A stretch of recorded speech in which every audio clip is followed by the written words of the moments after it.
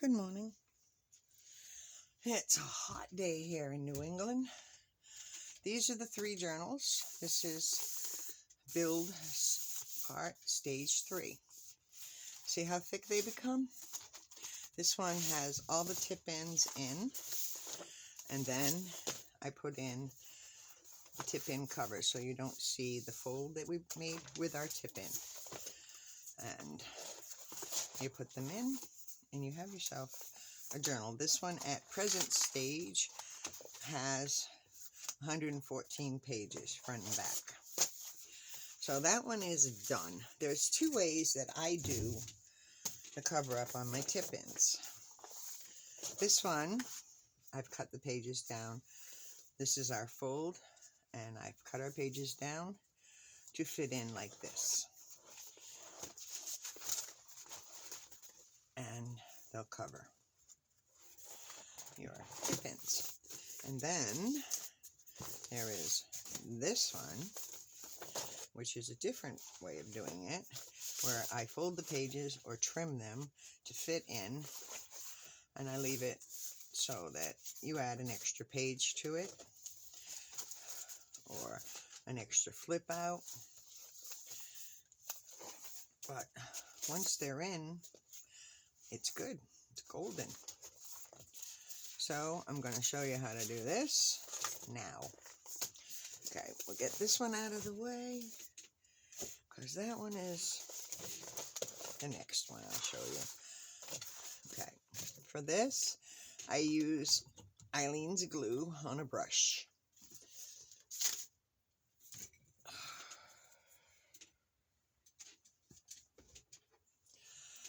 Okay. Get my good old Eileen's on. I like Eileen's because it remains, what do you want to call it, flexible.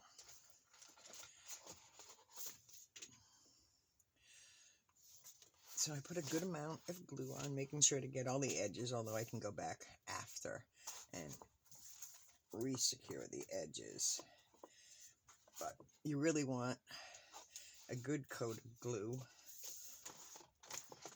on here so that you know it's going to stick.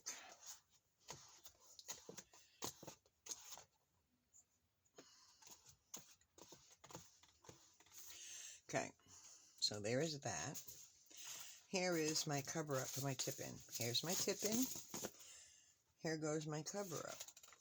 We line it up as best we can. I mean, I like the grungy, Lost in the Attic look. If you don't, you can be much neater with these. I have done it. It's not my style, but it can be done.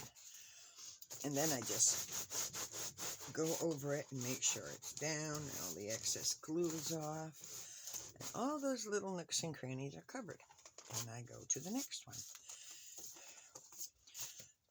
which happens to be on the same side. So the thing I like about these is once you're done with them, all these tip-ins are really nice and thick pages. So you can collage on them. This is where I'll add my pockets. The decorating stage is the fun part, but we're a couple days away from that.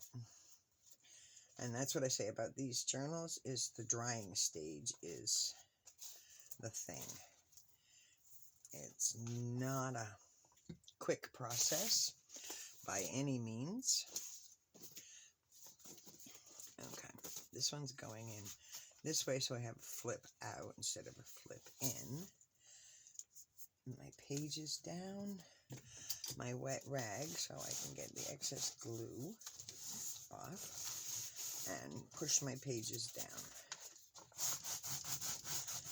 Now see, when I go to finish this book, after I get all the cover-ups in, I can come back and cut these pages down or leave them as they are and fold them in like I'm doing with the cover-ups, the stage 3 of the build.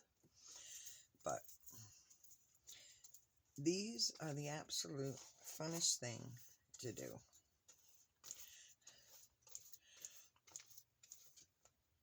And you'll have so much fun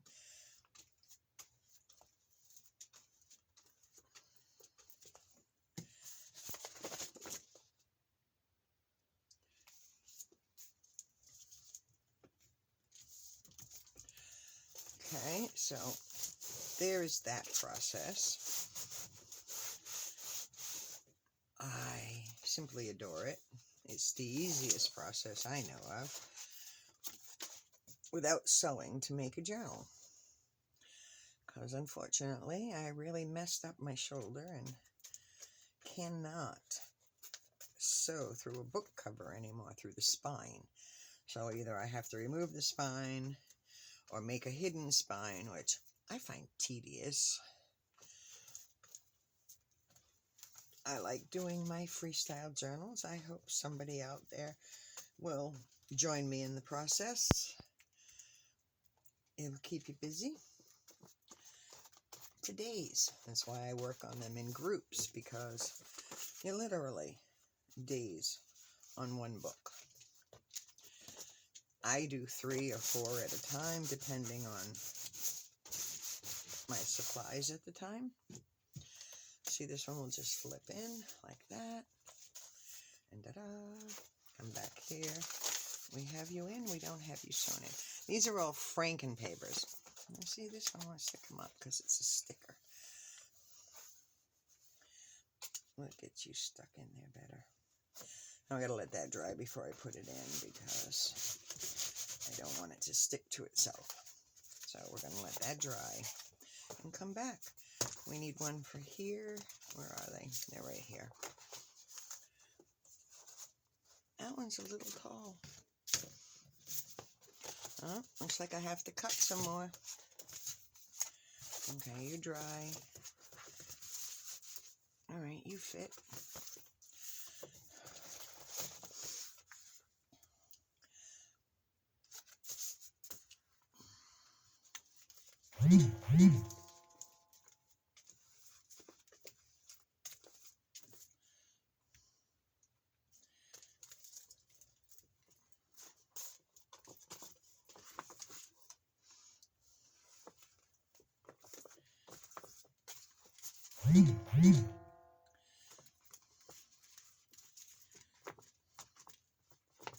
So 10 little pages turn into 114, if you can imagine, with just a little glue and paper. Something we all have. I know you have glue and paper. So there is that. That goes in. Wipe off the excess glue. Squish the papers down in there. There. So this one, that's the process on that one. I have a few more to do in here, so that's okay. Now to show you the other process. This one, I didn't cut the book down, so the pages fit in. They're just going to cover the tip ends and make the bottom page sturdy. I do use an awful lot of glue. I think I keep Eileen's in business myself. But it is a good glue because it remains flexible. Where if you use a glue all or a different PVA, it will crack and it won't, as you use the book, it will crack because it's not meant to be bent. It's meant to be secure.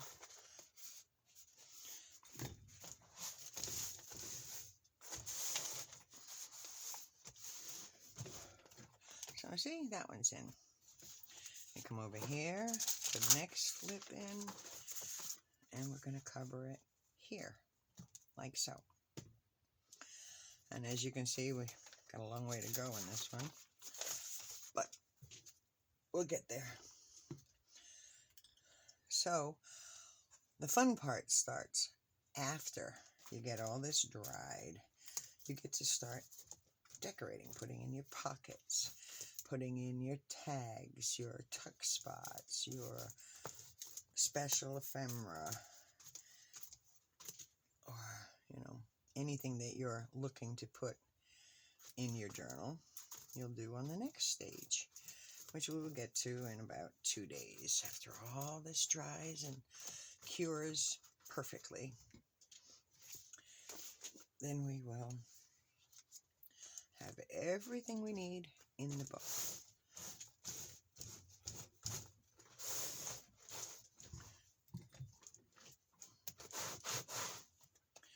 See how easy this is? That's all I'm going to show you for today. When I come back, we're going to show you how to decorate. Now, you see these pages here? When you're finishing your book, see this one's already got its tip-in covered. You can fold them, you can cut them. I decide later what I'm going to do. Let's see how the book develops. You know, I mean, it's a lot of fun to work on these journals. There's no right or wrong way. And these pages can get folded in, they can get tucked in, they can get cut down. So the next stage I will show you is how to secure your spine. You see how it's cracking here? Don't even worry about it.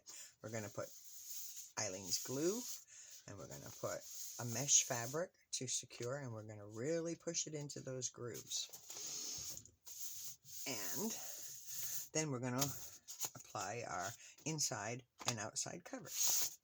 So that's our next stage. Join me later. Bye.